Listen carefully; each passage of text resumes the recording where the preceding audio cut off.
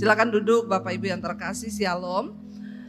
Puji Tuhan saudara, ya saya mendengar kesaksian dari beberapa saudara hamba Tuhan. Saudara diberkati dengan acara ini. Ya saudara, itulah yang kita sangat rindukan, bahwa Tuhan hadir dalam setiap acara kita. Mau sehebat apapun acara itu, mau siapapun yang datang, presiden sekalipun, kalau Tuhan gak hadir buat apa? Amin. Jangan tertipu hari-hari ini. Ya, kehadiran Tuhan itu yang luar biasa.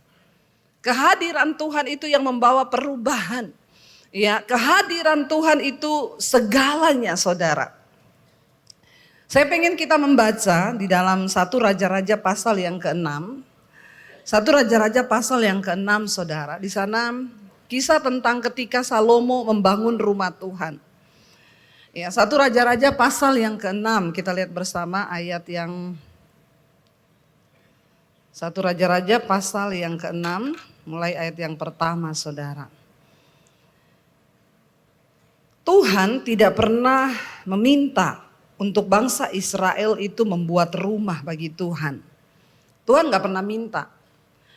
Dulu kehadiran Tuhan itu ada di kemah suci. Ketika bangsa Israel dalam perjalanan.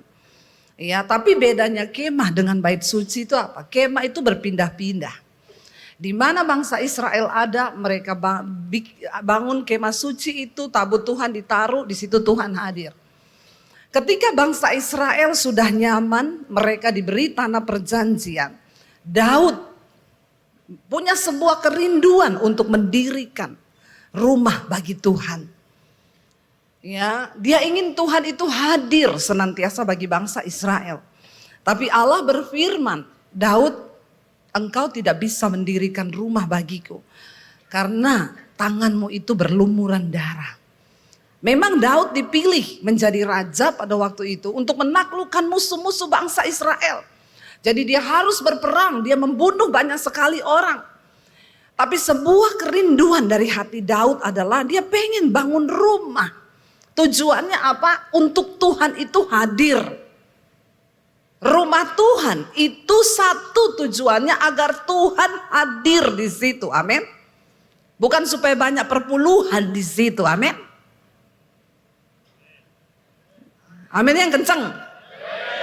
Itu baru prajurit. Biasa aja, gak usah terlalu panjang. Itu udah marah. Amin. Bercanda. Nih ya. Jadi tujuan rumah Tuhan itu dibangun karena Daud itu rindu Tuhan hadir menyertai bangsa Israel. Karena dia tahu kehadiran Tuhan itu segala-galanya, saudara.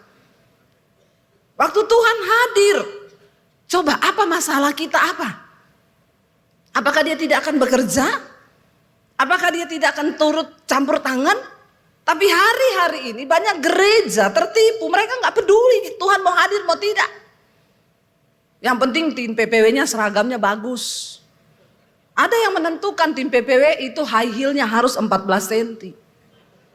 Makanya bodinya harus bagus, biar seksi. Nanti tidak lama pendetanya selingkuh sama singersnya. Karena terlalu seksi. Bahaya, saudara. Jadi api-api asing dibawa dalam gereja. Kenapa? Karena gereja sudah kehilangan Tuhan. Nggak ada lagi Tuhan di dalamnya. Tidak ada daya tarik apa-apa. Jadi dicarilah yang menarik. Seragam singers harus pakai yang bahannya Hermes. Ya, yang bahannya bagus. Karena yang datang di gereja kita ini orang-orang kaya. Pret. Kau taruh imanmu pada orang kaya. Maaf saudara. Sorry ya, sorry. Engkau melupakan Tuhan. Jangan taruh imanmu pada orang kaya. Ya, apalagi ada pendeta bilang sama saya begini, Bu, orang kaya di gereja kita perlu loh Bu, kasih aja mereka panggung. Gembala ngomong ke saya, kasih aja mereka panggung Bu. Mereka itu kan cuma cari panggung di gereja orang-orang kaya itu. Saya bilang suruh dia bikin panggung aja di rumah biar dia naik-naik turun di panggung itu di rumah. Ini tuh bukan panggung saudara, ini tuh mimbar. Banyak pendeta sembarangan. Oh ini kaya yang punya ini. Kasih dia panggung. Suruh naik aja dia. Bahkan banyak yang dilantik jadi pendeta. Padahal belum bertobat. Masih selingkuh. Perempuannya banyak. Tapi kaya. Perpuluhannya gede. Pret. Pendeta bertobat. Jangan lihat orang kaya. Ya apalagi orang kayanya dicatat nomornya. Tiap pagi dikirimi ayat. Pendeta model begini, hidupmu melarat, hidupmu susah, terkutuk. Tuhan bilang terkutuk. Orang yang mengandalkan manusia itu terkutuk, saudara. Kenapa sering kali hidup kita terkutuk keadaannya? Pelayanan kita gak pernah maju. Karena kau taruh imanmu pada orang kaya. Apalagi kalau sudah lihat orang kaya datang, mukanya berubah jadi celengan babi. Biar diisi. Cerita semua kesusahannya. Jadi begini loh Pak, kita ini. Nggak usah, kau duduk di kaki Tuhan, ngeluh sama Tuhan. Dia sanggup, saudara. Kehadiran Tuhan. Daud tuh rindu Tuhan bersama-sama. Makanya dia rindu bangun. Tapi Tuhan bilang bukan kamu yang bangun. Anakmu sesudah engkau ya akan membangunnya. Ketika Salomo naik, tidak banyak peperangan lagi bangsa Israel karena sudah nyaman. Mereka sudah rebut tanah-tanah itu. Daud yang membunuh banyak orang, makanya Tuhan tidak izinkan Daud membangun rumah bagi dia. Tanganmu itu berlumuran darah. Tapi hatinya rindu sama Tuhan. Salomo naik, dia bangun bait suci. Baca 1 Raja-Raja pasal yang ke-6, ayat yang pertama. Salomo mendirikan bait suci dan terjadilah pada tahun ke-480 sesudah orang Israel keluar dari tanah Mesir. Ya, sesudah orang Israel keluar dari tanah Mesir pada tahun ke-4 sesudah Salomo menjadi raja atas Israel dalam bulan Sif, yakni bulan yang kedua, maka Salomo mulai mendirikan rumah bagi Tuhan. Rumah yang didirikan Raja Salomo bagi Tuhan itu 60 hasta panjangnya dan 20 hasta lebarnya dan 30 hasta tingginya. Balai di sebelah depan, ruang besar rumah itu 20 hasta panjangnya menurut lebar rumah itu dan 10 hasta lebarnya ke sebelah depan rumah itu. Dibuatnya juga pada rumah itu jendela-jendela yang rapat bidainya. Pada dinding rumah itu sekelilingnya didirikan kamar tambahan sekeliling rumah besar dan ruang belakang dan seluruhnya dibuatnya bertingkat-tingkat. Tingkat 5, tingkat bawah 5 hasta lebarnya dan yang tengah 6 hasta dan yang ketiga 7 hasta. Sebab telah dibuatnya ceruk-ceruk pada rumah itu sekeliling sebelah luar sehingga dinding rumah itu tidak usah dilobangi. Salomo membangun semua yang terbaik, bahan yang terbaik, desain yang terbaik.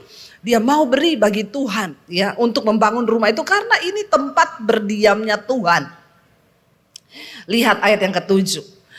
Pada waktu rumah itu didirikan, dipakailah batu-batu yang telah disiapkan di penggalian, sehingga tidak kedengaran palu atau kapak atau sesuatu perkakas besi selama pembangunan rumah itu. Tidak boleh ada bunyi apa-apa, saking mereka menghormati kekudusan Tuhan. Tidak boleh ada bunyi apapun. Bayangkan bangun bait suci itu gede banget. Peralatan semua dipakai, alat-alat semua, tapi tidak boleh ada bunyi. Sebagai lambang tanda betapa kudusnya mereka harus menghormati Tuhan. Saya mau tanya, orang bangun rumah tidak ada bunyi bisa? Tidak bisa. Tapi pengerjaannya, batu-batunya diukir itu jauh di tempat penggalian batu. Jadi diangkut sudah dalam keadaan ready, dipasang, tidak boleh ada bunyi.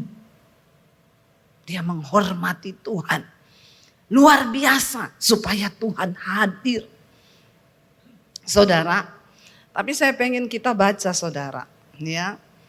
Ketika itu dikatakan di sana ayat yang ke-8, pintu tingkat bawah ada pada lambung kanan rumah itu. Dan orang naik dengan tangga-tangga pilin ke tingkat tengah dan dari tingkat tengah itu ke tingkat yang ketiga. Setelah ia selesai mendirikan rumah itu, dibuatnya langit-langit rumah itu dari bingkai dan pemapan dari kayu aras. Dan setelah ia mendirikan kamar tambahan itu pada rumah di sekelilingnya, yakni setiap tingkat 5 hasta tingginya, maka rumah itu ditutupinya dengan kayu aras. Ayat 11, Tuhan melihat kesungguhan hati Salomo. Dia melihat kesungguhan hati bangsa Israel yang merindukan kehadirannya. Lalu Tuhan ngomong ayat 12 apa saudara? Baca bersama.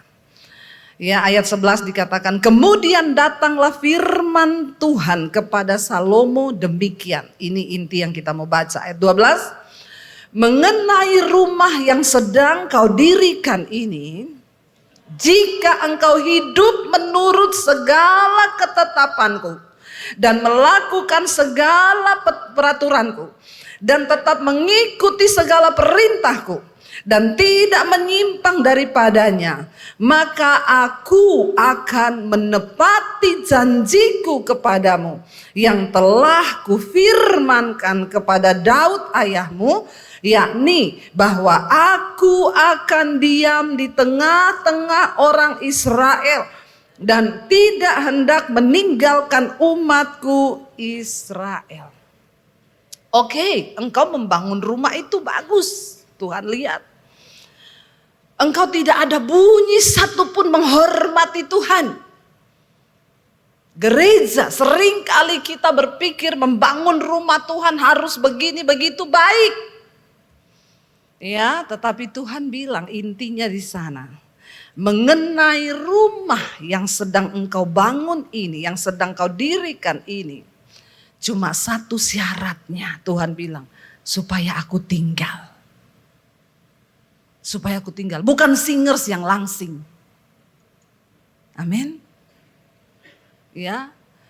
Bukan soal Pak Pendetanya gimana-gimana. Tapi Tuhan bilang, mengenai rumah yang sedang kau dirikan ini, jika engkau hidup menurut segala ketetapanku, melakukan segala peraturanku, dan tetap mengikuti segala perintahku, dan tidak menyimpang daripadanya, aku akan menepati janjiku kepadamu yang telah kufirmankan kepada Daud ayahmu, yakni bahwa aku akan diam di tengah-tengah orang Israel dan tidak hendak meninggalkan mereka. Tujuan daripada rumah itu dibuat adalah supaya Tuhan hadir dan tinggal. Tapi Tuhan tidak minta banyak syarat untuk dia tinggal. Dia bilang, engkau harus hidup di dalam ketaatan pada firman Tuhan. Itu saja saudara. Enggak berat Tuhan minta. Kita sebagai hamba-hamba Tuhan. Bagaimana supaya gereja kita, pelayanan kita ada Tuhan di dalamnya. Karena engkau pelayanan, tidak ada hadirat Tuhan, tidak usah kau jadi pendeta. Buat apa kosong? Sekarang banyak orang pintar khotbah saudara. Ya, apalagi kalau khotbah, mari saudara kita dengarkan poin-poinnya. 1, menjadi orang Kristen yang dapat dipercaya. 2, teori to. Jemaat itu tidak bisa dengar yang seperti itu. Apa yang menarik dari seorang hamba Tuhan? Waktu engkau datang dan Tuhan ada bersama-sama dengan hidupmu. Karena engkau hidup dalam kekudusan. Engkau taat kepada firman Tuhan. Taat mendengar suara Tuhan. Makanya kemarin saya sampaikan, saudara masih percaya gak kalau Tuhan itu masih bicara? Kalau saudara gak percaya gak usah jadi pendeta saudara. Ya jemaat saja banyak loh yang peka mendengar suara Tuhan. Kadang ada jemaat yang lebih. Saya habis ngobrol dengan pendeta Ani, ya, kita menilai kan saudara omongannya, wah, tidak ada Tuhan, kosong orang ini. Saya ketemu dengan jemaat biasa ibu-ibu, Bu, satu kali Bu, ketika saya berdoa, Tuhan itu ngomong sama saya, Bu, gini Bu, ya, tapi ngomongnya jangan yang aneh-aneh ya.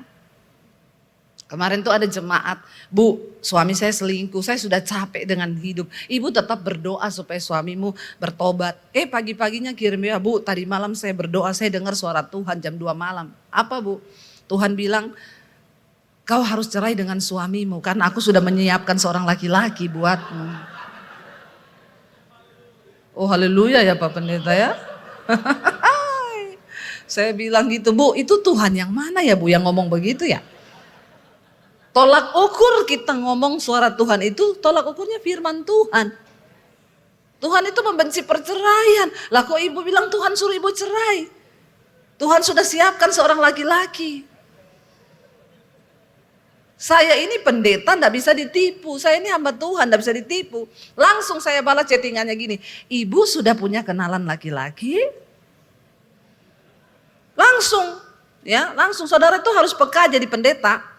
Karena jemaat itu kadang konseling belok-belok kayak ular. Tapi tujuannya satu. Langsung saya tembak, ibu sudah punya kenalan laki-laki? Terus hehehe, iya bu ada, Bret. Ya dia mau cari pembelaan. Udah capek suaminya begitu pengen nikah sama orang lain. Terus dengar suara Tuhan. Banyak orang bawa suara Tuhan. Saudara suara Tuhan, tolak ukurnya firman Tuhan. Tuhan masih bicara sampai hari ini. Kalau ada pendeta yang sudah tidak mendengar suara Tuhan, kau tuli. Apa yang kau mau dengar pesan Tuhan bagi jemaatmu? Tuhan tidak berubah. Dia bicara kepada Abraham, dia bicara kepada Musa, dia bicara kepada Daud, dia bicara kepada Salomo. Dia juga mau bicara sama Debbie Basir, sama Pak Victor, sama Pak Benny, sama semua saudara yang ada di tempat ini. Tuhan pengen kita tahu hatinya, katakan amin. Tuhan hidup. Dia ada, dia nyata.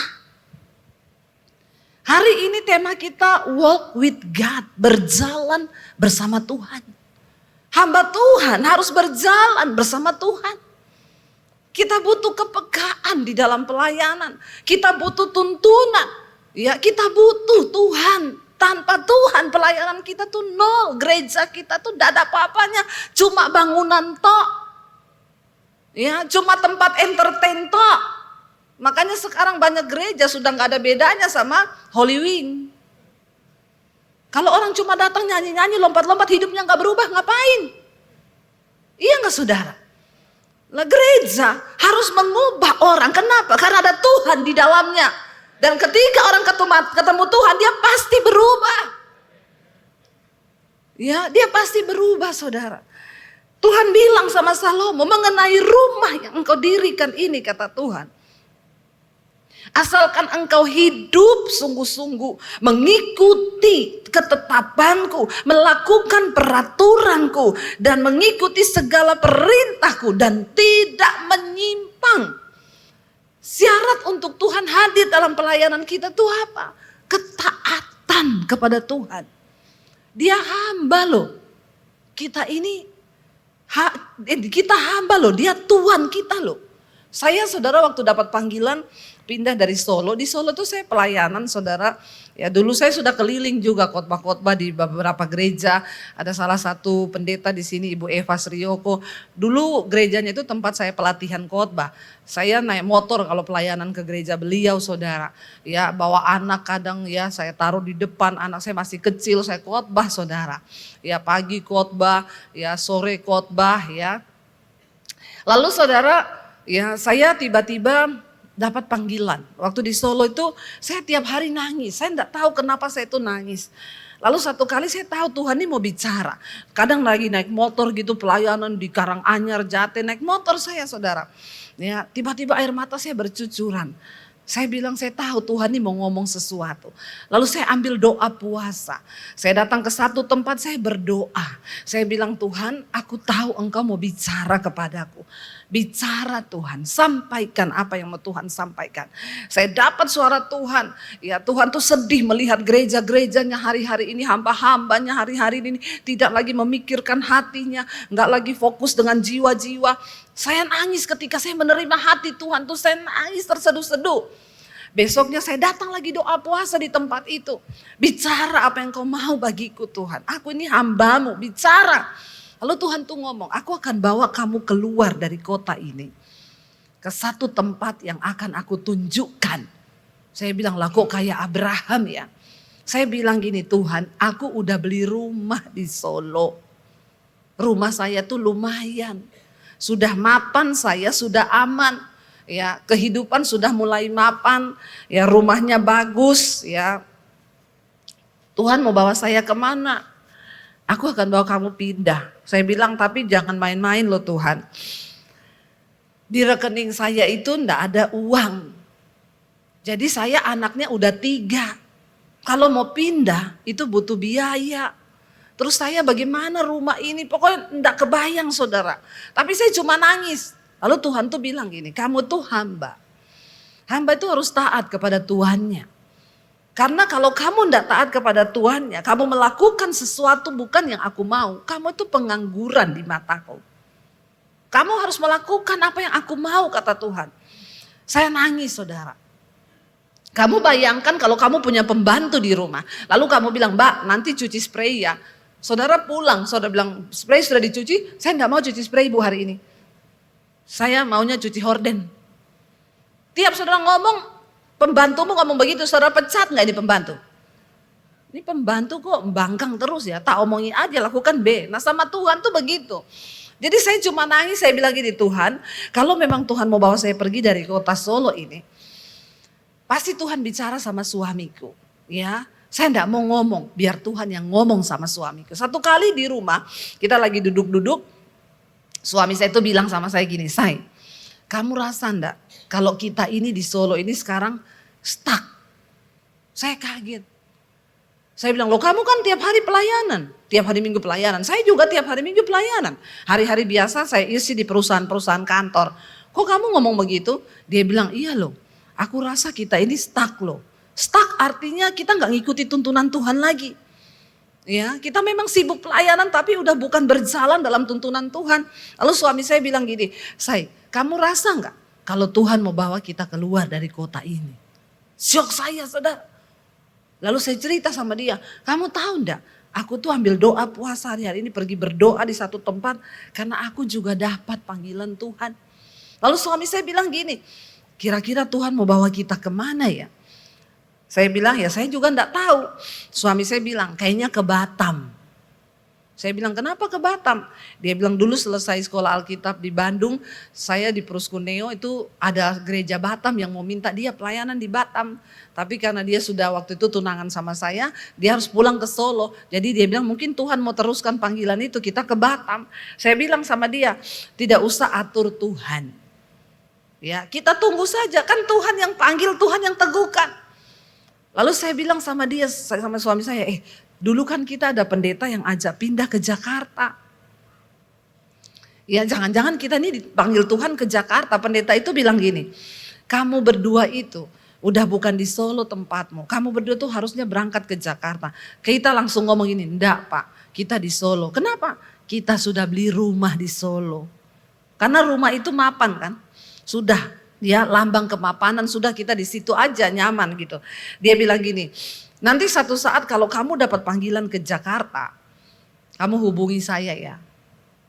Saya ingat itu, saya bilang sama suami saya, itu dulu pendeta panggil kita pindah loh ke Jakarta. Terus saya bilang, coba saya cari WA-nya ya di HP saya. Saya buka HP saya, nomor pendeta itu sudah enggak ada. Karena saya sudah ganti HP, nomornya ke bawah di HP saya yang lama. Orang penting itu ganti HP bukan ganti nomor terus. Ya, ada pendeta, Bu, nomor saya sudah ganti. Minggu depan lagi, Bu, nomor saya ganti. Kayaknya dikejar-kejar pinjol, pinjaman online. Awas kalau ada pendeta yang pinjol ya. Ganti nomor terus, ini something saudara. Nomor saya itu yang buat konseling di YouTube, itu nomor pribadi saya yang HP ini, itu sudah sejak saya belum menikah. Ya, nomor itu sudah saya bawa sampai hari ini gak pernah saya ganti nomor. Jangan ganti-ganti nomor pendeta, amin. Kelihatan kalau kau itu banyak dikejar orang. Ya, di telepon nomor yang ada 7 sedang bersembunyi. Sedang dikejar-kejar debt collector. Tapi di sini tidak ada, semuanya nomornya tetap sama. Lalu saudara saya bilang sama suami saya, enggak ada nomor pendeta itu. Suami saya bilang, nanti saya minta di gereja. Gereja kita kan sering ngundang pendeta itu. Terus tiba-tiba saya bilang sama dia, saya enggak usah minta. Kenapa? Kita jadikan ini tanda. Kalau Tuhan yang panggil kita, Tuhan yang kirim nomor teleponnya itu pendeta. Buat saudara, kira-kira susah enggak Tuhan kirim nomor telepon? Ini pendeta semua nih, saya tanya, susah enggak? Apa? Tidak, susah. Secara pikiran manusia memang Susah bagaimana caranya Tuhan kirim nomor telepon. Tapi saya bilang sama suami saya, kita ini kan sebenarnya enggak niat mau pindah. Ribet say, di rekening kita kalau ada uang 1 M, saya langsung oke Tuhan pindah kemana. Masanya ini enggak ada uang, saldo aja kadang minta maaf. Ya, maaf saldo Anda tidak cukup. Padahal tidak lebaran loh, dia minta maaf terus. Tiap cek minta maaf. Saudara, akhirnya saya bilang sama suami saya, biar Tuhan, no? Kan Tuhan berkuasa kan. Ya udah kita tunggu 1 minggu, 2 minggu, enggak terjadi apa-apa saudara. Tiba-tiba malam-malam ada teman suami datang ke rumah bawa flash disk. Dia bilang, Mas Daniel, ya di laptopmu ada lagu-lagu rohani kan? Ada. Tolong copy ini ya, saya mau pakai buat di gereja. Nanti copy di HP, di flash disk saya ini ya. Ini ya tak tinggal. Dia bilang, iya taruh aja di meja situ. Ngobrol-ngobrol lupa, dia udah pulang. Berapa hari gitu suami saya enggak buka-buka itu flash disk. Malam-malam dia tuh lagi di depan laptop. Iya ada ini orang suruh copy lagu-lagu rohani. Dia pasang flash disknya di laptop. Dia bukalah filenya. File pertama yang dibuka, daftar nama pendeta dan nomor HP. Kok enggak wow ya? Wow, wow, wow. Wow enggak saudara? Dan yang lebih syok lagi, waktu diklik, namanya pendeta itu nomor 1.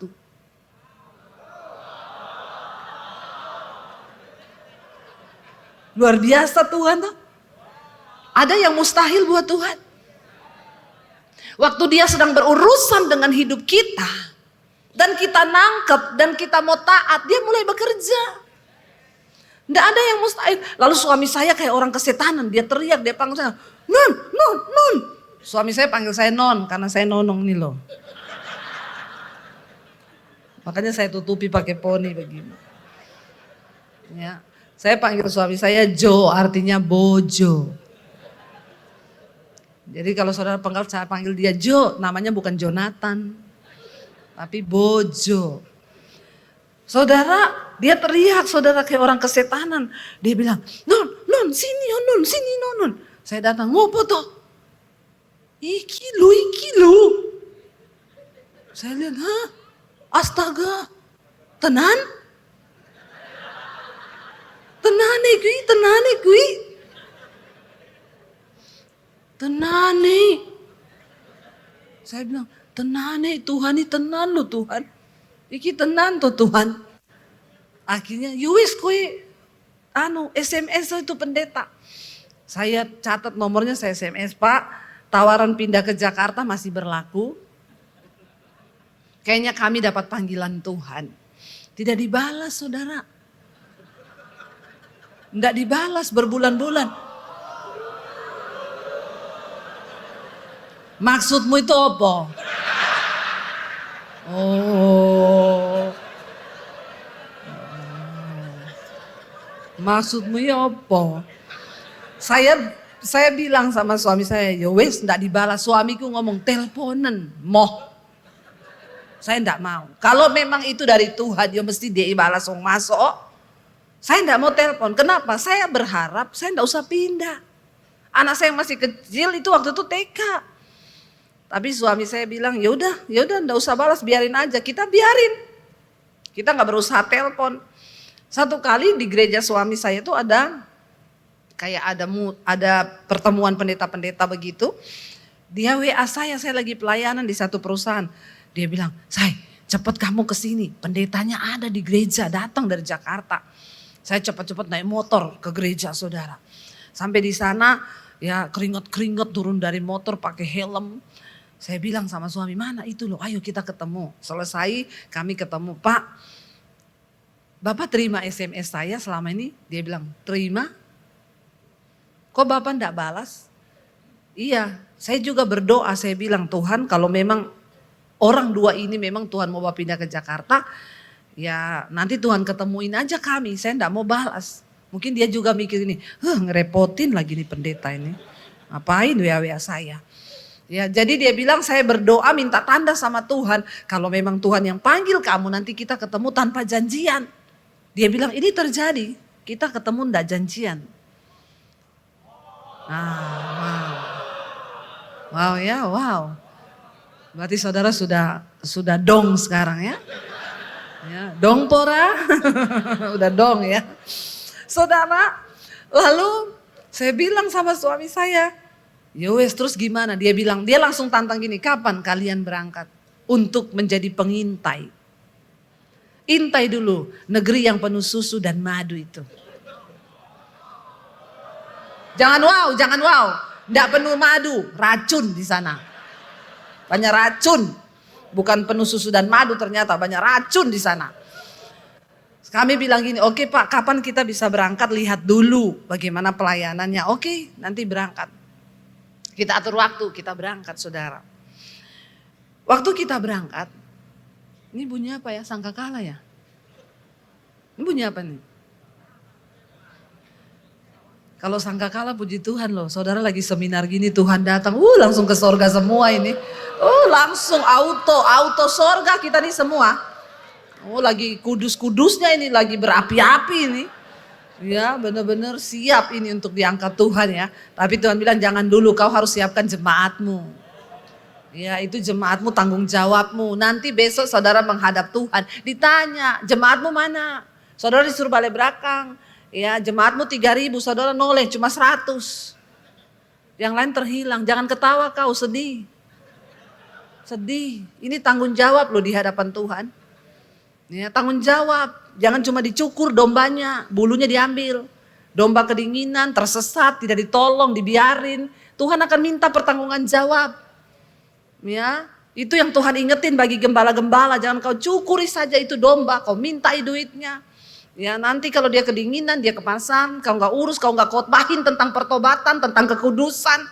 Ya, dia mati kedinginan, dia masuk neraka, benar. Nanti saudara akan disuruh lihat sama Tuhan, jemaatmu berapa? Lihat di belakang. Siapa yang ada? Saudara menoleh, cuma berapa orang? Yang lainnya di neraka, awas loh, tanggung jawab loh saudara. Sebagai gembala. Lalu saudara akhirnya, sampai di mana tadi? Tapi biasanya saya kalau terbelok begini itu suara Tuhan biasanya. Biasanya itu suara Tuhan. Jangan saudara marah, jangan dibantah ya. Suara Tuhan itu. Saudara akhirnya saya tuh mengintai negeri dan penuh susu dan madu itu katanya. Kami berangkat sama suami. Seminggu saya ikuti pelayanannya pendeta itu di Jakarta. Ya saya bawa tasnya dia. Ya suami saya kadang disuruh nyetir. Kadang ini kita lari-lari bawa tasnya dia saudara. Lalu kita datang pelayanan. Ya saya tuh mulai lihat pendoanya, ada satu orang ibu pendoa cerita, "Saya pendoa Bu, tapi suami saya selingkuh, anak saya narkoba." Waduh, saya tuh dengar di gereja ya, mereka ini kok orang gereja, duduk di gereja, tapi kok banyak yang terhilang, keluarganya begini. Saya bilang sama suami saya, kalau aku sih secara spirit sih, iya sih Jakarta ini banyak orang yang harus dilayani ternyata. Gereja isinya puluhan ribu, ribuan, padahal yang bertobat itu bisa dihitung dengan jari saudara. Akhirnya kami pulang ke Solo. Pendetanya bilang, "Kabari ya, nanti kapan kalian mau balik lagi." Tapi dia enggak ngomong, "Nanti kalau kamu pindah di Jakarta, saya kasih kamu PK sekian." Kan enak ya kita kalau dipanggil gitu terus jelas gitu ya. Pendeta juga manusia. Saudara butuh uang enggak? Kita butuh uang kan? Ya butuh lah. Dan kita ini butuh sesuatu yang terlihat jelas. Suami saya bilang gini, dia enggak ngomong sama kita. Ya berapa dikasihnya tiap bulan, karena suami saya di Solo itu ada pelayanan di satu gereja, dia bukan full time, dia pegang tim PPW, tapi tiap bulan dapat PK. Nah itu kami buat cicilan rumah di Solo. Suami saya bilang gini, kalau kita pindah di sana, pendeta itu kan enggak ngomong kita dikasih PK berapa. Ya suruh ngikuti dia pelayanan terus kayak gitu, terus rumah di Solo bagaimana? Kata suami saya, enggak, aku enggak mau berangkat ke Jakarta. Saya bilang sama suami saya, kita ini kan ikut Tuhan, bukan ikut pendeta itu. Nanti Tuhan yang cukupkan. Suami saya bilang, imanmu nyampe, imanku enggak nyampe. Ketawamu besar, apa imanmu nyampe? gaya. Kalau kau dipanggil gitu mau kau berangkat? Jujur pendeta. Ya, kita nih ada dalam kenyamanan. Setiap bulan ada, rumah bisa bayar, anak-anak sudah nyaman, saya sudah pelayanan. Dipanggil ke satu negeri yang kita enggak tahu. Enggak ada harapan dan tidak dijanjiin PK. Kira-kira saudara, inilah dituntut imanmu itu berjalan bersama Tuhan, percaya enggak? Jawab percaya, bercanda. Emang iya betul percaya, tidak segampang ngomong percaya. Makanya iman itu harus diuji. Banyak orang berkata percaya kepada Tuhan, tapi hanya sedikit yang berani mempercayakan hidupnya kepada Tuhan. Tapi bagi orang yang mengikuti dia sungguh-sungguh, mempercayakan hidupnya pada Tuhan sungguh-sungguh, ada upah yang menantinya. Jangan pengen kayak saya. Banyak orang bilang enak ya jadi Bu Debbie ya. Sekarang diberkati. Sekarang kamu mau ikut gak jalan yang saya tempuh? Berat ikut Tuhan. Harus percaya sungguh. Saya bilang sama suami, ya kamu gak boleh gitu dong say. Masa bergantung dari gaji gereja itu? Kan kita ini dipanggil Tuhan. Ya imanmu nyampe, imanku gak nyampe. Memang laki-laki itu, survei membuktikan banyak pria itu yang kena stroke. Kenapa? Karena laki-laki itu cenderung pakai logika, ya. Ukuran otak laki-laki lebih kecil daripada perempuan, tapi memorinya full. Semua dipikir sama bapak-bapak, makanya kena stroke. Beda sama perempuan, ukuran otaknya besar, tapi tidak ada isinya. Ya, bukan begitu. Kenapa saudara? Ibu-ibu itu kita nih perempuan pakai perasaan. Ada masalah, kadang kita enggak mikir, kita nangis udah selesai. Perempuan itu gitu, ada masalah nangis sama Tuhan selesai. Ada masalah dia curhat sama temennya, say aku mau curhat nih. Temennya balas, iya kenapa Cin? Ya, dia ketik panjang banget, lu tahu nggak suamiku gini. Temennya itu enggak baca, chattingannya enggak dibaca karena udah males tiap hari dia chatting terus. Cuma dibalas gini, iya percaya ya Tuhan pasti menolong. Dia udah belum loh. Karena dia udah ketik itu, udah emosinya terluapkan. Nah kalau bapak-bapak kan enggak mungkin curhat toh bapak-bapak. Ada di sini bapak-bapak yang tukang curhat. Itu pasti bukan laki-laki itu. Itu setengah laki-laki itu. Cucok meong. Mau curhat dong say. Jadi cucok lu. Ya. Lah suami saya ngomong, enggak saya enggak mau. Ya, aku memang benar dia sebagai imam kepala keluarga dia harus memikirkan istri dan anak-anaknya. Lah kalau kita pindah rumah nggak bisa bayar, kita di PHP di sana. Saya bilang ya kalau kita ikut pendeta itu di PHP, tapi kalau kita ikut Tuhan nggak pernah PHP. Pemberi harapan palsu, manusia beri harapan palsu, tapi Tuhan harapannya itu pasti. Amin. Tapi suami saya bilang, enggak, aku imanku enggak nyampe. Ya wis, saya bilang, saya tunduk sama suami aja. Kalau enggak mau pindah ya sudah. Tiba-tiba Tuhan tuh enggak kurang cara. Suami saya dipanggil sama wakil gembalanya. Pak Daniel, saya ada mau ketemu Bapak, mau ngomong sesuatu. Ini mulai ke depan, keuangan semua itu ada perubahan sistem. Jadi semua PK dihapus, termasuk PK-nya Bapak yang bulanan dihapus.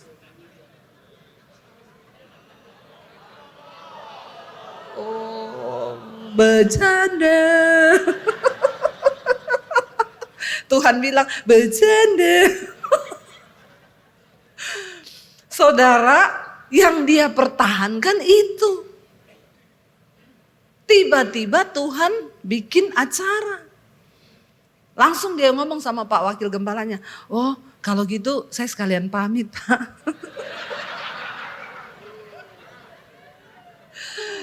Ya udah gak ada harapan, mau apa? Mau pamit kemana? Kami memang sudah dapat panggilan Tuhan pindah ke Jakarta. Oh, Bapak jangan putusin apa-apa dulu loh kata wakil gembalanya ya. Dia pulang dia ngomong sama saya, Non memang kita dipanggil ke Jakarta. Saya bilang, puji Tuhan. Kenapa saya? Mulai bulan depan PK dihapus. Ya, saya bilang, saya senang. Oh iya, puji Tuhan, puji Tuhan. Dia sih agak gimana, terus saya bilang, tapi ini tanda, ayo kita berdoa. Tuhan, kami siap berangkat. Sudah imannya Paul ini, besoknya ditelepon wakil gembalanya. Pak Daniel, saya mau bicara sesuatu. Saya sudah laporkan ke gembala, Bapak pamit ke Jakarta. Jadi Pak Gembala bilang, semua dihapus, tapi Bapak tetap dikasih PK.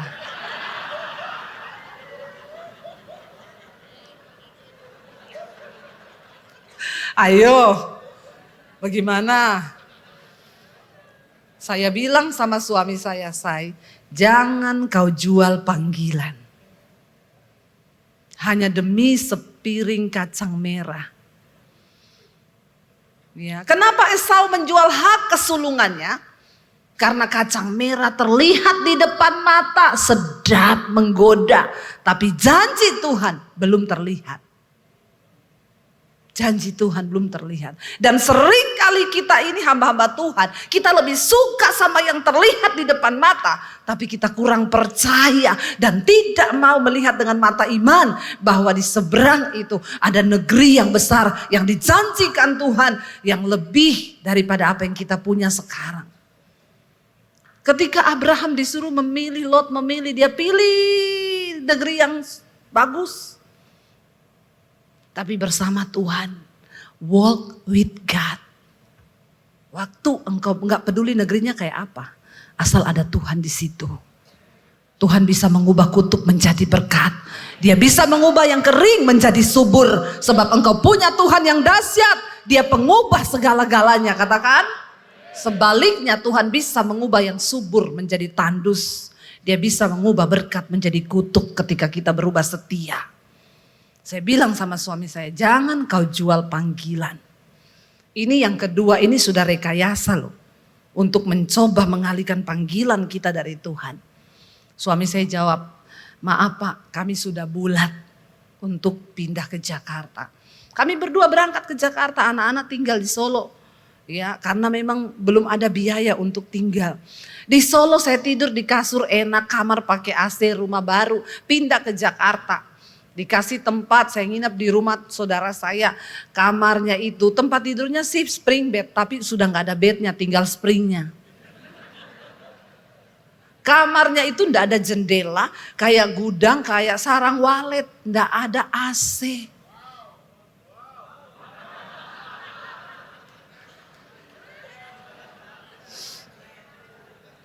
Saudara, kita tiap hari sauna. Basah kuyup, tidur malam tuh basah kuyup sampai ke kasur basah, rambut nih sampai tetes-tetes gini. Apalagi saya ini tukang keringet, di AC aja saya berkeringat. Setiap hari ada TV kecil dikasih buat kami. Kami tiap malam hiburannya cuma tukul. Kembali ke laptop. Waktu itu masih ada hiburan, ketawa-ketawa. Ada pembantu datang ke rumah itu. Tuan rumahnya bilang, maaf ya TV-nya mau dipindah di kamar pembantu. Saya bilang gini, ya ampun, cuma itu hiburan kita, kok lebih penting pembantu ya. Tuhan ngomong gini, supaya kamu berdua berdoa, jangan nonton tukul. Hiburanmu itu dari Roh Kudus, bukan dari tukul. Ngerti nggak? Dongpora. Jangan pendeta berharap hiburannya dari TV. Hiburanmu itu dalam hadirat Tuhan, amin. Jadi dari situ kita berdua nih tiap malam gak ada hiburan. Bergandeng tangan, kita doa. Kita nangis, kita lihat-lihatan. Ini janji Tuhan. Ini janji Tuhan. Kita ikut pendeta itu pelayanan. Kerjaan kita apa? Dia membuka pelayanan di Kelapa Gading. Kita disuruh bagi brosur depan pintu. Waktu itu Pak Petrus Agung bikin acara besar di Kelapa Gading. Kita berdua bagi brosur di acaranya Pak Petrus Agung. Kita berdua ini dulu target dicari-cari sama Pak Victor dan anak buahnya. Siapa orang dua itu bagi-bagi brosur di acara kita ya? Kita berdua nih, saya ngaku pengakuan dosa sekarang di hadapan mereka. Kita disuruh menyusup masuk ke acara itu. Bagiin brosur nih karena kita mau buka pelayanan di Kelapa Gading. Itu ribuan yang datang itu. Ya jadi kita bagi brosur di situ berdua. Ya, itu dulu saya saudara di Jakarta. Ya, lalu kami bilang Tuhan kok kayak begini ya. Memang enggak dikasih bulanan. pelayanan naik motor dari ujung ke ujung, motor kami bawa ke Jakarta. Kita waktu itu pulang Jakarta Solo, kangen anak, pulang 1-2 minggu sekali. Naik pesawat berdua terbang, masih ada duit tabungan.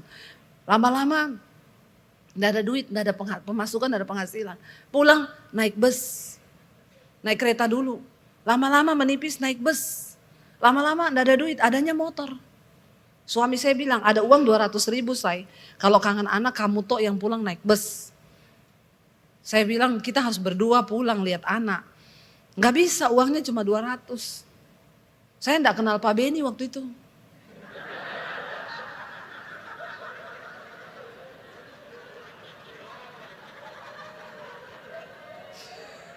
Kalau kenal Pak Beni saya kirim emoji nangis.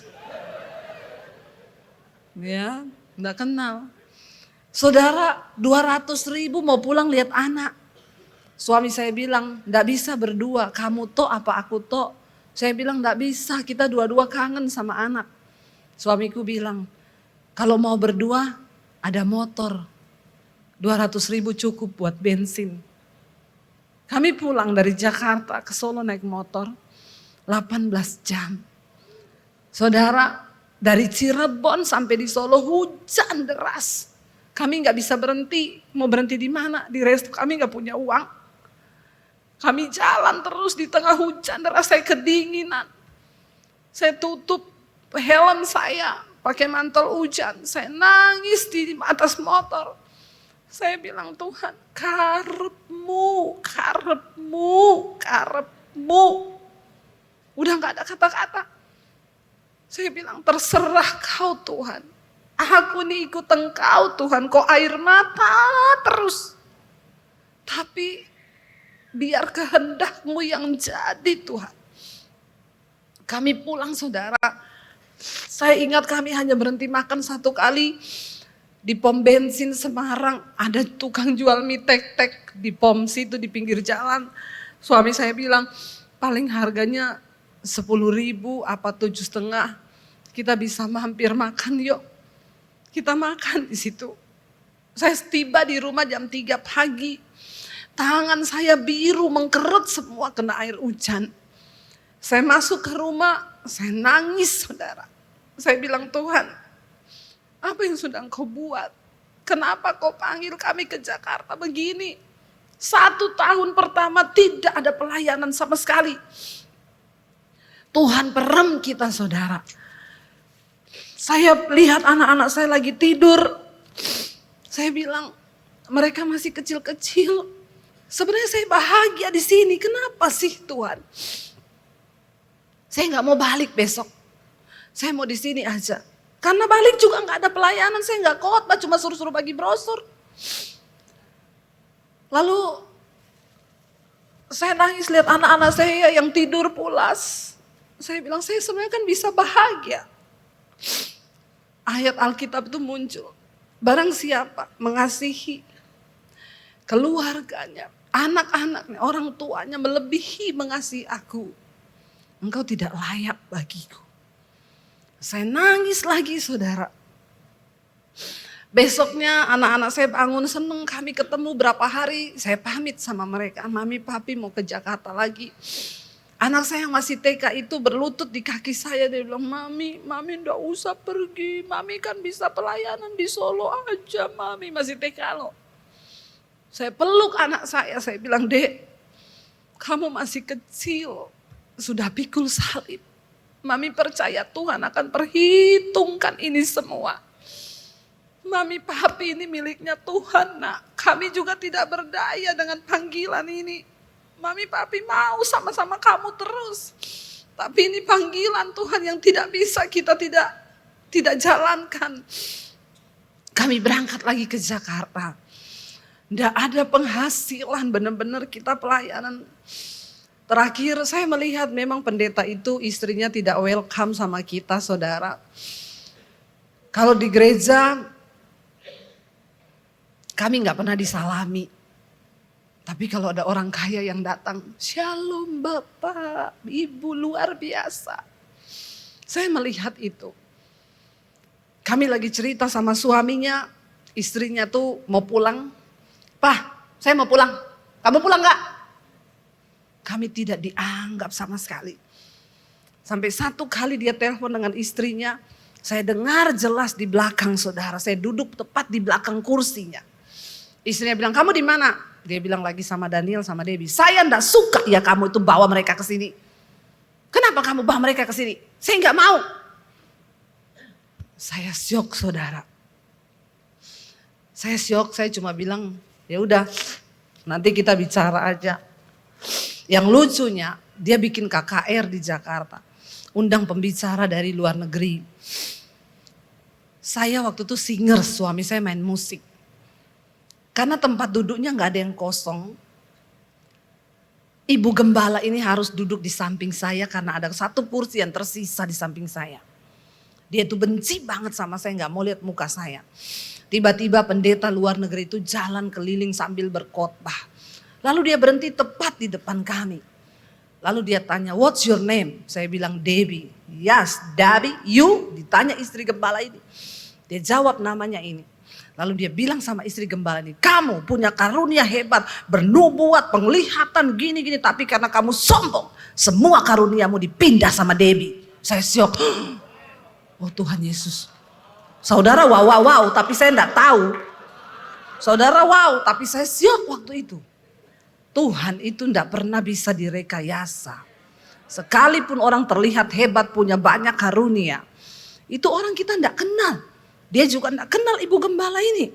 Saya syok, tapi setelah itu saya semakin dibenci saudara. Enggak ada pelayanan, enggak ada khotbah. Akhirnya saya bicara to the point sama Pak Pendeta itu. Pak, saya dan suami mau bicara. Saya lihat istri Bapak enggak welcome dengan kita. Kami enggak bisa dalam pelayanan yang seperti ini. Tidak ada damai sejahtera dan saya enggak bisa memaksakan Pak. Daripada Bapak ribut sama ibu, kami pamit baik-baik. Kita mau kemana? Enggak tahu mau kemana saudara. Lalu dia bilang, loh kenapa kamu berkata begitu? Nanti besok kita ketemu sama istri saya. Kami ketemu berempat di depan istrinya. Dia bilang gini, Daniel, Debbie maaf ya. Kalian gak bisa tuntut pelayanan dari saya. Karena saya ajak kalian ke sini itu untuk berbisnis. Kami syok. Bisnis apa Pak Beni? Kalau yang diajak itu Pak Beni cocok berbisnis kita Pak. Tapi saya dan suami mau bisnis apa? Kita ini dia tahu hamba Tuhan. Saya bilang oh gitu di depan istrinya. Istrinya duduk dengan sombongnya. Jadi maaf Bapak Ibu, jangan tuntut pelayanan dari kita. Saya bilang kok cerita jadi berubah ya Pak ya. Tapi enggak apa-apa Pak.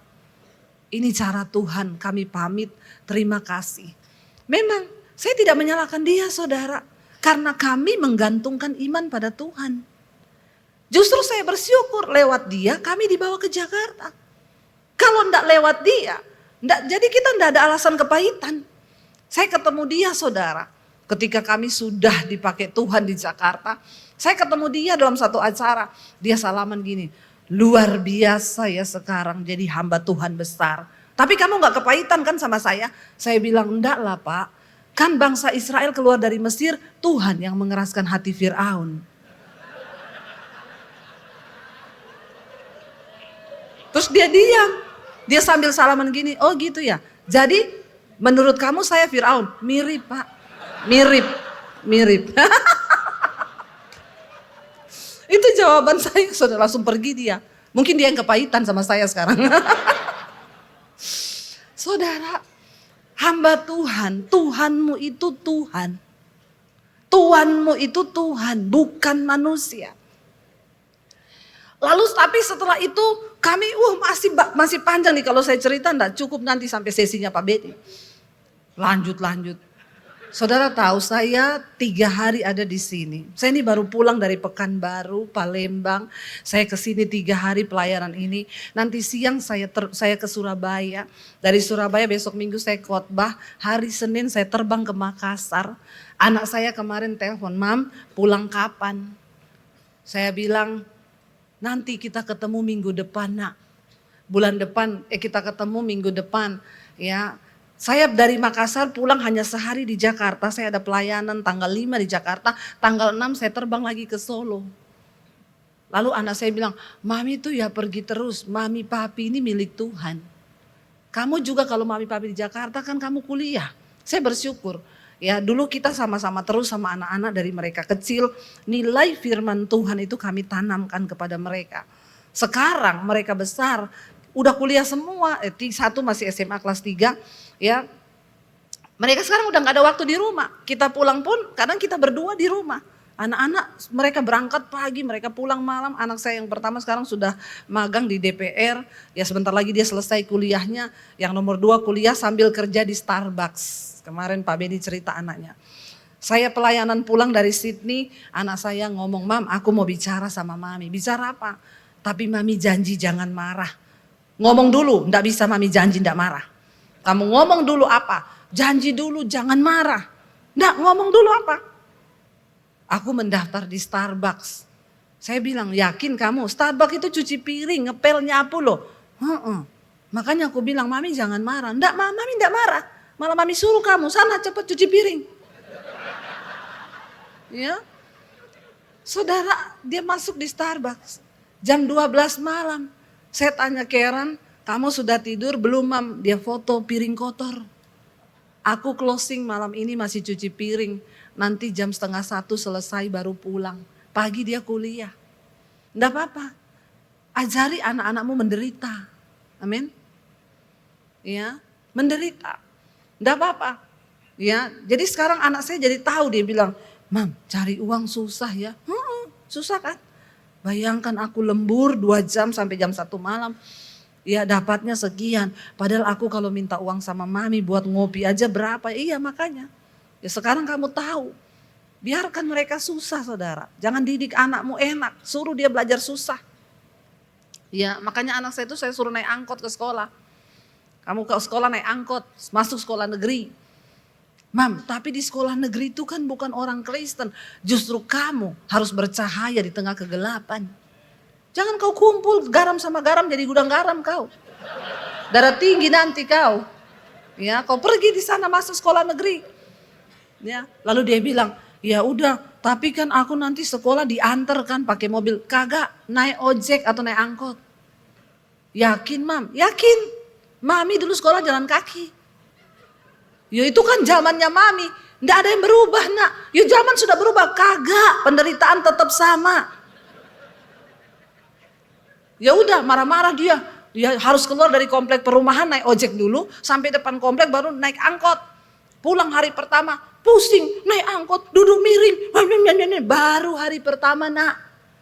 Iya, sesuatu yang diulangi selama 21 kali akan menjadi kebiasaan nak. Nggak usah kau protes, ulangi aja terus sampai 1 bulan kau pasti terbiasa. Ya, masih marah, 1 bulan udah nggak marah dia. Tapi ketika kami pergi ke gereja naik mobil pribadi menghadap depan dia duduk miring. Saya bilang gini, Dek kenapa kamu duduk miring? Menghadap depan pusing mau muntah. Saya bilang sudah biasa susah. Biar susah dia. Amin. Ya, didik dalam kesusahan saudara, biar mereka itu tahan banting. Ya saya bilang kamu akan berproses dengan sekarang adiknya, kakaknya dulu udah kuliah bawa mobil, adiknya kelas 6 SD, kelas 3 SMA terakhir. Mam, ya mbok aku tuh diantar toh, ada mobil suruh antar. Nggak, penderitaanmu belum selesai nak. Kakakmu dulu sampai lulus SMA naik ojek. Aku panas, hujan, gini, enggak apa-apa, jalani aja. Kakaknya dia juga ngomong, jalani nak, jalani dek. Kita dulu juga jalani begitu. Enggak boleh kau naik mobil, naik ojek. Tadi pagi foto ngangkat di grup sekolah sama tukang ojek. Enggak apa-apa, ya biar rasa aku menderita itu baik bagiku. Amin. Saudara, kalau sampai hari ini kami ada seperti hari ini, itulah ikuti tuntunan Tuhan. Mungkin panggilan kita berbeda. Ya, kami masih lagi menghadapi banyak pertentangan itu. Suami saya mau pulang, dia bilang kamu bertahan di sini, aku tak pulang, aku enggak tahan dengan pergumulan. Saya bilang kita sudah melewati setengah loh ini saya. Enggak, aku akhir tahun pulang. Enggak ada apa-apa di Jakarta. Kita diperem sama Tuhan. Kami ikut ibadah di satu gereja besar, diumumin, saudara, ada audisi dibuka bagi saudara yang ingin melayani Tuhan. Kami mencari pemain musik dan singer, saudara boleh mendaftar. Saya bilang sama suami saya, ayo kita ini kan mau pelayanan, apa aja. Ayo kita mendaftar. Suami saya bilang, aku pemain musik. Kamu mau daftar apa? Nggak ada pengkhotbah. Saya bilang, suaraku iki api, ora elek. Aku mau daftar jadi singers. Suami saya bilang, ya berarti kamu turun tingkat. Nggak ada tingkat pelayanan, itu sama semua di hadapan Tuhan. Ya udah kita ikut audisi ya, ikut. Suami saya kan di rumah saudara saya ada keyboard, ayo kita latihan yuk, latihan. Audisi di Jakarta di gereja besar, harus yang terbaik. Suami saya main, saya nyanyi. Kalau ku hidup bagimu, hatiku tetap menyembahmu. Dunia tak bisa menjauhkanku dari kasihmu. Udah persis hari kan? Persis kan? Selama ku hidup bagimu, hatiku tetap menyembahmu. Dunia tak bisa menjauhkanku dari kasihmu. Saya sudah latihan saudara. Saya latihan tiap hari. Selama ku hidup. Tiap hari saudara. Ku hidup bagimu. Keluarkan seraknya saudara. Harus yang terbaik di Jakarta gereja besar. Ya. Tetap menyembahmu. Dunia tak bisa menjauhkanku dari kasihmu. Panjang toh? Persis loh. Tiba saatnya audisi.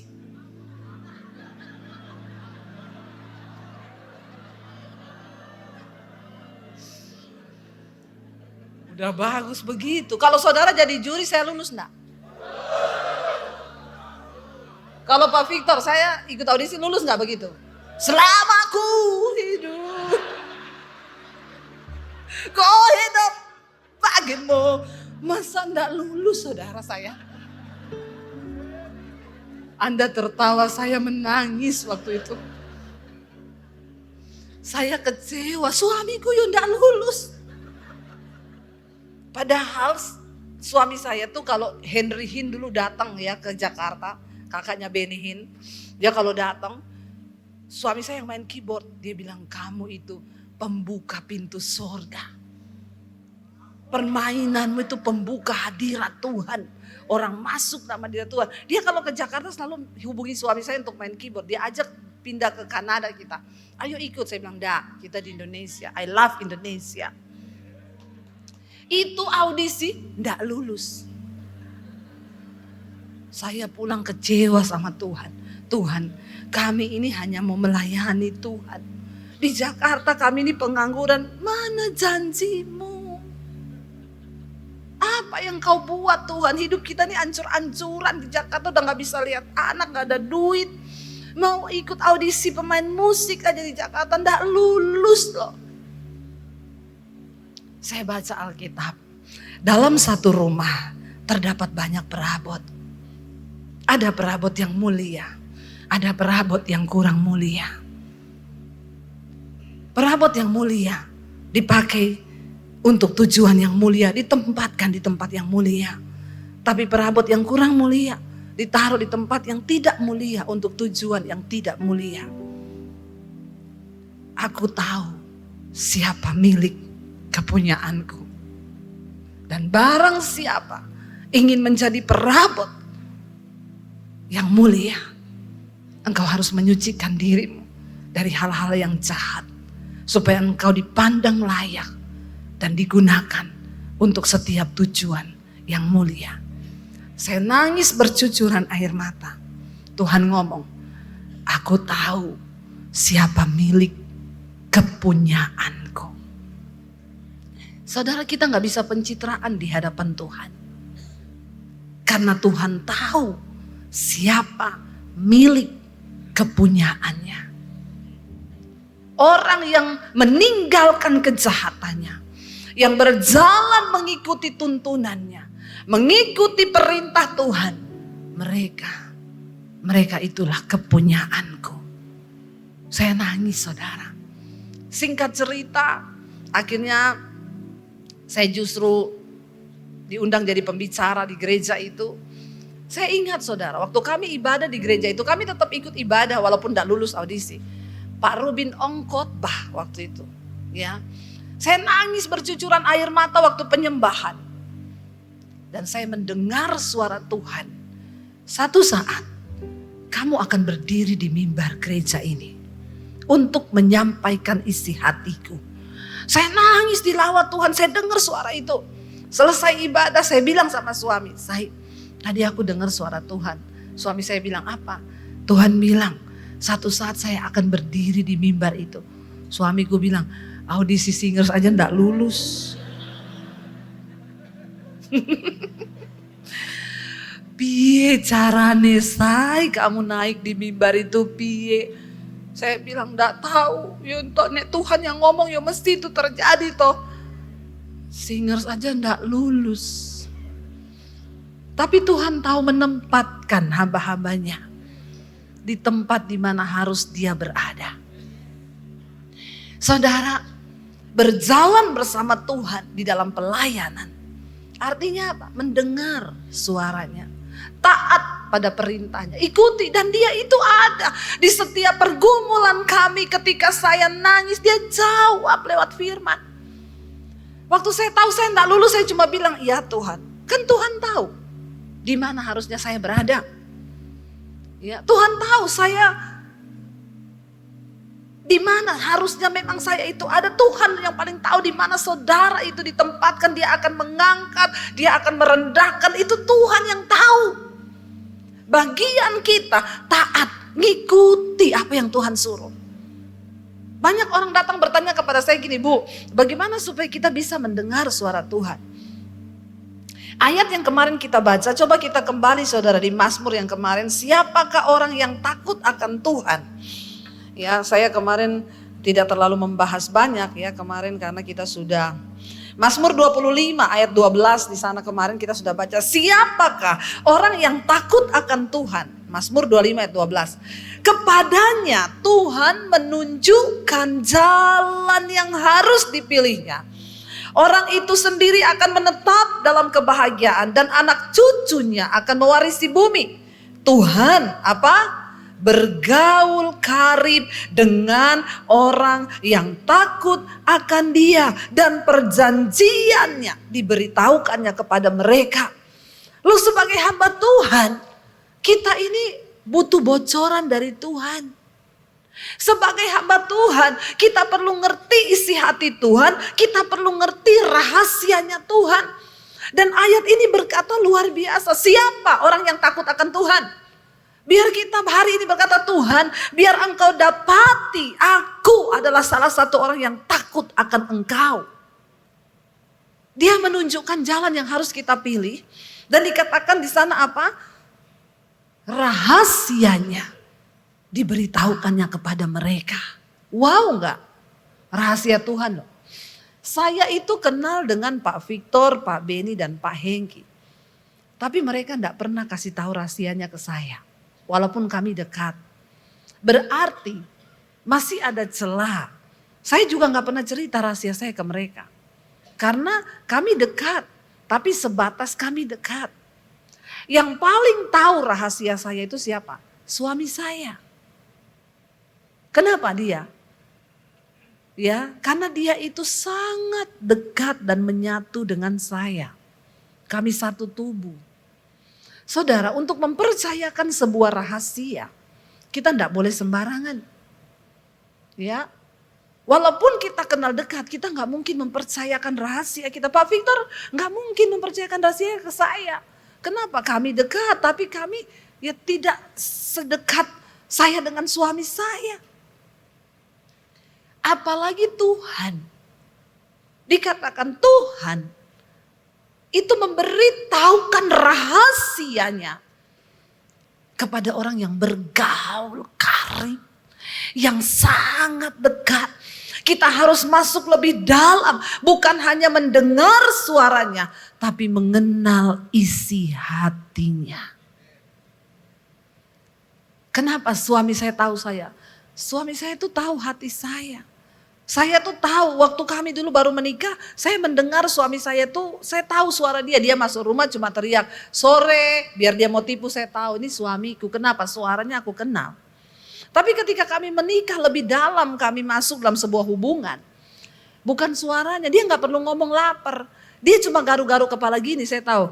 Ngapa say kopi? Dia bilang, kok tahu? Aku tahu hatimu. Saya membaca lebih dalam, mengenal hatinya. Saya ingat saudara ketika saya diusir dari rumah pertama kali saya terima Yesus. Saya ada di kos-kosan. Setiap pagi jam 5 saya gitar. Saya ajak doa pagi, yang mau aja, saya nggak gedor kamarnya. Pokoknya di ruang tamu kos itu saya main gitar, memuji Tuhan, siapa yang keluar satu-satu keluar. Akhirnya terbentuk sebuah persekutuan di kos-kosan itu. Itu saya baru bertobat loh terima Yesus. Lalu saya mulai kasih firman mereka yang hidupnya bersinah, satu kos tinggal bareng, bersinah, cabul, itu mulai bertobat satu-satu. Lalu ada salah satu anak di situ, dia juga dari agama seberang. Kami satu saat berdoa bersama, puasa, lalu dia berbahasa roh saudara. Dan akhirnya bahasa roh itu diterjemahkan. Dia bilang begini sama saya. Dia bilang, dengar, aku Tuhan memilih engkau.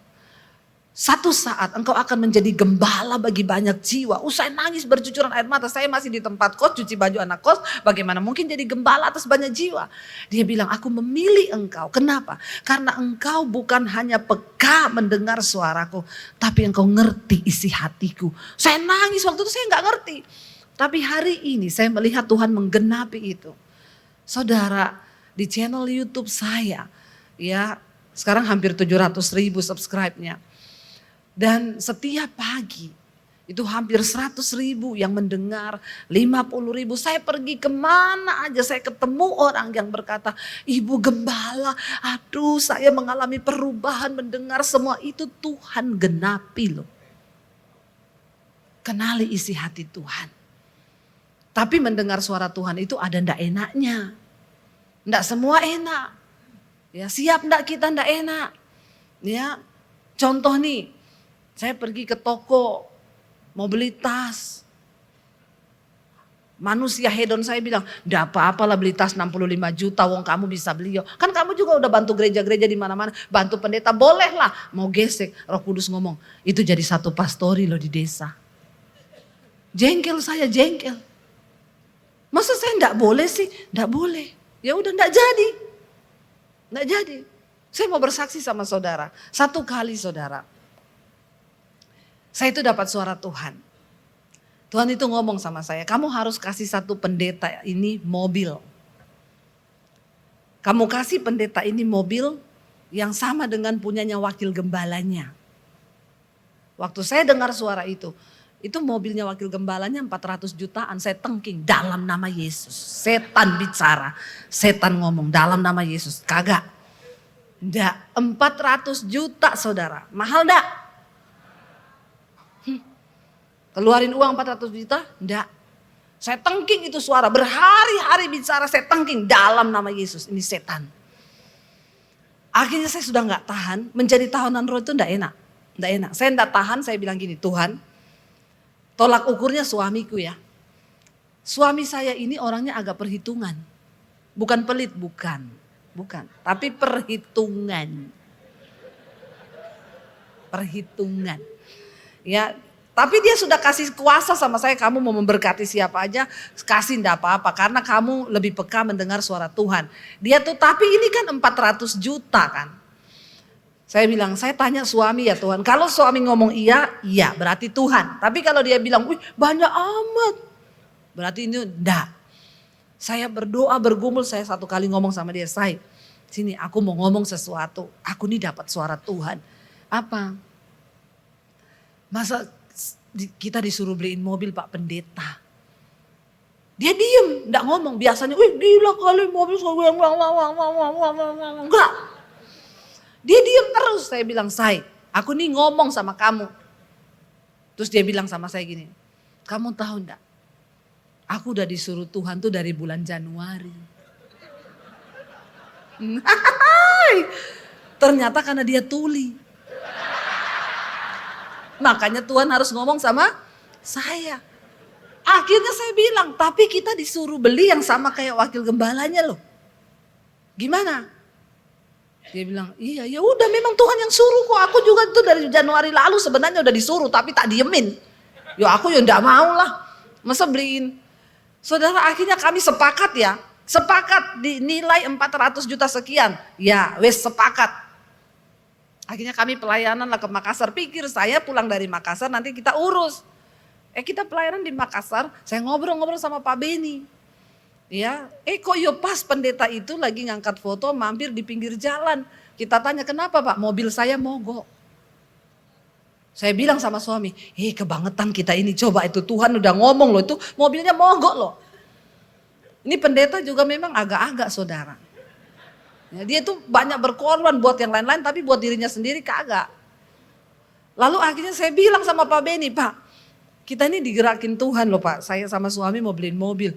Pak Beni, ini tahu adik, baru kali ini saya dengar pendeta beliin pendeta mobil. Biasanya kan yang beliin pendeta mobil siapa? Pengusaha. Tapi baru kali ini pendeta beli pendeta mobil. Saya disuruh Tuhan, Pak, nggak enak nih suara nih bicara-bicara terus juga. Pak Beni ngomong, ya udah jangan ibu sendiri, saya separuh, ibu separuh. Ya. Tapi Tuhan udah lihat sikap hati kita 400 juta sekian kita rela loh saudara, rela saya. Saya itu bukan orang yang punya uang puluhan miliar, enggak saudara, enggak. Tapi saya tahu berkat ini Tuhan percayakan 400 juta beli tas LV dapat berapa? Ya masa saya mau beli sekian aja Tuhan tak kasih. Saudara, ayo kita berjalan bersama Tuhan. Dia tahu semua pergumulanmu. Dia tahu, makanya kita minta penyertaan Tuhan. Apapun pergumulan yang sedang engkau hadapi hari ini. Dia Tuhan yang hidup. Saya bersaksi di depan saudara. Dia tahu air matamu. Waktu engkau berlutut menangis di kakinya. Saya tidak pernah curhat kepada siapapun. Tempat curhat saya itu hanya di kaki Tuhan. Ketika kami mengalami masa susah. Saya bisa minta uang ke ipar saya di Solo. Kami mau pulang tidak ada duit. Tapi saya tidak melakukan itu. Karena saya bilang Tuhan engkau bosku. Engkau tuanku. Engkau yang bertanggung jawab atas hidup kami. Karena itu saudara. Kita membutuhkan anugerah Tuhan lebih dari segala-galanya. Kita mau bilang di hadapan Tuhan hari ini. Kami butuh penyertaan-Mu Tuhan. Penyertaan-Mu itu lebih. Ketika Salomo membangun rumah itu Tuhan bilang, aku akan hadir. Aku akan tinggal asalkan engkau taat. Mari kita datang di hadapan Tuhan hari ini. Kita minta supaya punya hati yang taat. Supaya kita punya hati yang sungguh-sungguh di hadapan Tuhan.